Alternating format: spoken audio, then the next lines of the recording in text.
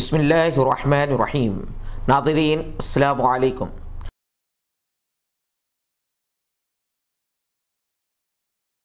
دہلی کے شاہین باغ میں ایک مہینے سے جاری خواتین کے مخالف CAA, NPR اور NRC احتجاج کے خلاف دہلی ہائی کورٹ سے رجوع کیا گیا ہے، جس پر ہائی کورٹ نے دہلی پولیس کو ہدایت دی کہ وہ ان بند راستوں کی بحالی اور احتجاج کو ختم کرنے کے لیے ایسے اقدامات کرے جس سے کسی کو نقصان نہ پہنچے۔ اس سلسلے میں پولیس مذہبی قائدین سے ربط قائم کر رہی ہے تاکہ ان کو استعمال کر کے عوام کو شاہین باغ کے علاقے سے دھرنا ختم کرنے کے لیے آمادہ کیا جا سکے۔ شاہین باغ نے پورے ہندوستان کو ایک پرامن احتجاج کرنے کی نئی راہ دکھائی ہے۔ آج ہندوستان کے گوشے گوشے میں خواتین، جن میں اکثریت مسلم خواتین کی ہے، احتجاج کے لیے باہر نکلی ہیں۔ دیوبند، الہ آباد، سبزی باغ، پٹنہ، حیدرآباد، جمشید پور کے علاوہ مختلف شہروں میں خواتین کا احتجاج شروع ہو گیا ہے۔ سیاہ قوانین کے خلاف خواتین کے احتجاج کے لیے میدان میں داخل ہونے سے مردوں کے حوصلے بلند ہو گئے ہیں، کیونکہ ابھی تک وہ خواتین کے خاطر کسی قسم کے احتجاج سے گریز کرتے رہے تھے۔ اب مرد خواتین دونوں کے مقابلے کے لیے باہر آنے کے بعد اس بات کا یقین ہو گیا ہے کہ یہ احتجاج ایک نیا انقلاب ثابت ہوگا، بالکل اسی طرح جس طرح انگریزوں کے خلاف پورے ہندوستان نے مل جل کر مقابلہ کیا تھا۔ امریکی صدر ڈونلڈ ٹرمپ توقع ہے کہ فروری میں ہندوستان کا دورہ کریں گے۔ ہندوستانی وزیر اعظم نریندر مودی نے ان سے فون پر بات چیت کی ہے اور امریکی صدر کے دورہ ہند سے اتفاق کے بعد بڑے پیمانے پر ان کے استقبال کی تیاریاں شروع کر دی ہیں۔ اس وقت ہندوستان میں جاری مخالف CAA, NPR اور NRC احتجاج کی وجہ سے عالمی سطح پر ہندوستان کا امیج خراب ہوا ہے۔ رام کرشنا مشن نے وزیر اعظم مسٹر مودی کی بیلور مٹھ میں شہریت ترمیمی قانون پر سیاسی تقریر پر ناراضگی کا اظہار کیا اور کہا کہ غیر سیاسی ادارے میں سیاسی تقریر سے احساسات اور جذبات مجروح ہوئے ہیں۔ رام کرشنا مشن کے ایک رکن گوتم رائے نے کہا کہ مشن کے پلیٹ فارم سے ایک متنازع سیاسی پیغام سے احساسات مجروح ہوئے ہیں۔ انہوں نے کہا کہ انہیں یہ بات واضح کرنی ہے کہ مسٹر مودی کو یہاں سیاسی بیانات دینے کے لیے مدعو نہیں کیا گیا تھا۔ ان کا یہ احساس ہے کہ گزشتہ کچھ عرصے کے دوران رام کرشنا مشن کو سیاسی رنگ میں ڈھالا جا رہا ہے۔ یہاں RSS سے وابستہ روحانی پیشواؤں کو متعین کیا جا رہا ہے۔ مسٹر مودی کا دورہ اسی سلسلے کی ایک کڑی ہے۔ رام کرشنا مشن نے شہریت ترمیمی قانون سے متعلق مسٹر مودی کے ریمارک سے لا تعلقی کا اظہار کیا اور کہا کہ رام کرشنا مشن مکمل غیر سیاسی ادارہ ہے، وہ اس قسم کے ریمارکس پر کسی رد عمل کا اظہار نہیں کرتا۔ وزیر اعظم مودی نے بیلور مٹھ میں اپنی تقریر میں شہریت قانون سے متعلق کہا تھا کہ اس سے کسی کی شہریت چھینی نہیں جا رہی ہے اور ملک کے نوجوانوں کو اس سلسلے میں گمراہ کیا جا رہا ہے۔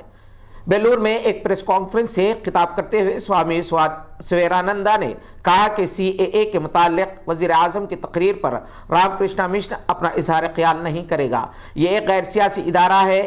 ہم یہاں اپنے گھروں کو چھوڑ کر اس لیے ہیں کہ روحانیت کو تلاش کریں، دنیوی باتوں کا جواب دینے کے لیے ہم نہیں ہیں۔ انہوں نے کہا کہ مشن مل جل کر رہنے پر یقین رکھتا ہے۔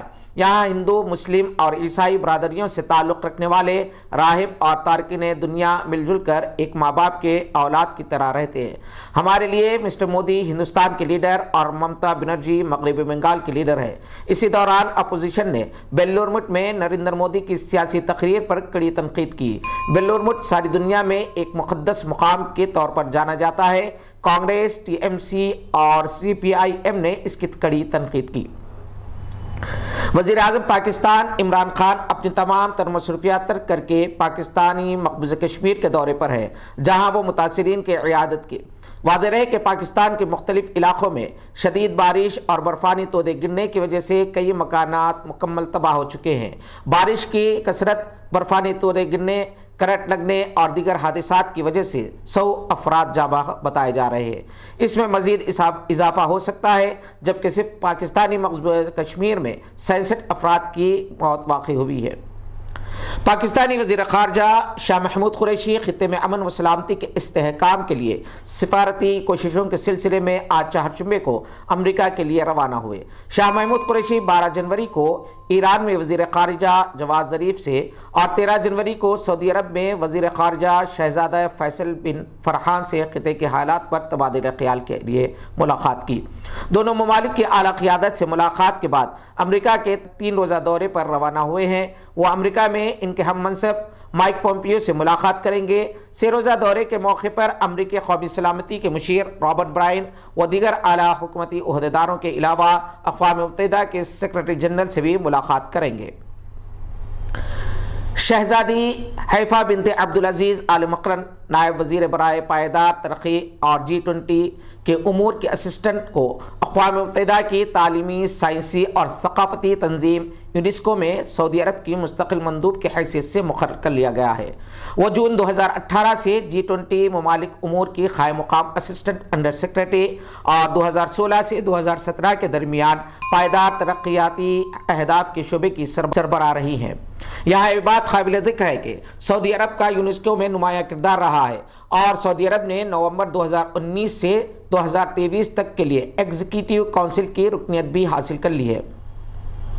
اردن کی 19 سالہ شہزادی سلمہ بنت عبداللہ ابن الحسین ملک میں پائلٹ ٹریننگ کا امتحان پاس کرنے والی پہلی خاتون بن گئی۔ اردنی مسلح افواج سے تربیت پانے والی شہزادی سلمہ کو ان کے والد بادشاہ عبداللہ ابن الحسین نے ایوی ایشن ونگز لگائے۔ عربین رائل ایجنسی کے مطابق عرب ملک اردن میں پہلی بار کسی خاتون نے مسلح افواج کے زیر تربیت پائلٹ کا تھیوری اور پریکٹیکل کے امتحانات کامیاب کرنے کا اعزاز حاصل کیا ہے۔ شہزادی کو ایوی ایشن ونگز سے نوازنے کی پرتوقار تقریب شاہی محل میں منعقد کی گئی تھی، جس میں ان کی والدہ ملکہ رانیہ، بڑے بھائی ولی عہد شہزادہ حسین بھی موجود تھے۔ شہزادی سلمہ نے رائل ملٹری اکیڈمی سے نومبر 2018 عیسوی میں شارٹ کمیشن کورس مکمل کیا، تاہم وہ رائل اکیڈمی میں تعلیم حاصل کرنے والی پہلی خاتون نہیں ہے، بلکہ ان سے پہلے ان کی پھوپھی شہزادی عائشہ بن حسین مشرق وسطیٰ کی پہلی خاتون بنی جنہیں رائل ملٹری اکیڈمی میں تعلیم و تربیت حاصل کرنے کا اعزاز حاصل ہوا۔ اسلام قبول کرنے والی امریکی انسٹاگرام اسٹار روزی گبریل نے آئندہ سال حج یا عمرہ کرنے کا ارادہ ظاہر کیا ہے۔ انہوں نے کہا کہ مجھے زندگی میں نئے راستے پر سفر کا آغاز کرنے پر جو محبت اور حمایت ملی ہے اس کے لیے ازحد شکر گزار ہوں۔ روزی کا کہنا ہے کہ اسلام قبول کرنے سے لوگوں کو آگاہ کرنے کا مقصد توجہ حاصل کرنا یا سوشل میڈیا پر فالوورز بڑھانا نہیں تھا۔ روزی نے کہا کہ انہیں انسانیت کی آواز اور مثال اور لاعلمی کے خلا کو پل بننے کی اجازت دے تاکہ آپ حقیقی طور پر جان سکیں کہ اسلام کیا ہے اور سکون کی زندگی حاصل کریں۔ انشاءاللہ امن، قبولیت اور بہتر سمجھ کے لیے دل نرم ہو جائیں گے اور دماغ کھلیں گے۔ انہوں نے آخر میں کہا کہ میں سب کے لیے روشنی کی کرن بنوں، آمین۔ بنگلہ دیش کے دارالحکومت ڈھاکہ میں 3 دنوں تک جاری رہنے والا سالانہ تبلیغی جماعت کا اجتماع اختتام کو پہنچا۔ اس اجتماع میں بنگلہ دیش کے علاوہ دنیا بھر سے مسلمان شریک ہوتے ہیں۔ اجتماع کی اختتامی تقریب کو آخری مناجات کہا جاتا ہے، جس کے دوران قطع امیز دعائیں مانگی جاتی ہیں۔ 3 روزہ اجتماع کے دوران شرکاء کے رش کی وجہ سے ٹرینیں مکمل طور پر بھری رہیں، اکثر میں گنجائش سے زیادہ مسافر سفر کرتے رہے، یہاں تک کہ ہزاروں افراد ٹرینوں کی چھتوں پر سوار ہو کر سفر کیے۔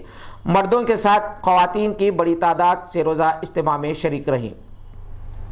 ایرانی ذرائع ابلاغ کے مطابق عدلیہ کے ترجمان غلام حسین اسماعیلی نے بتایا کہ وسیع پیمانے پر ہونے والی تحقیقات کے نتیجے میں یوکرین طیارے کو پرواز کے دوران نشانہ بنانے والے چند افراد کو گرفتار کیا گیا ہے۔ صدر ایران حسن روحانی نے عدلیہ سے کہا تھا کہ وہ تحقیقات کے لیے اعلیٰ سطحی کی خصوصی عدالت قائم کرے، جس میں جج کے علاوہ 12 ماہرین شامل کیے جائیں۔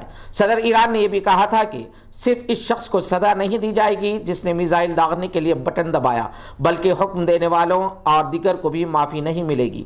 یہ تھی آج کی کچھ اہم خبریں، دیکھتے رہیے گواہ۔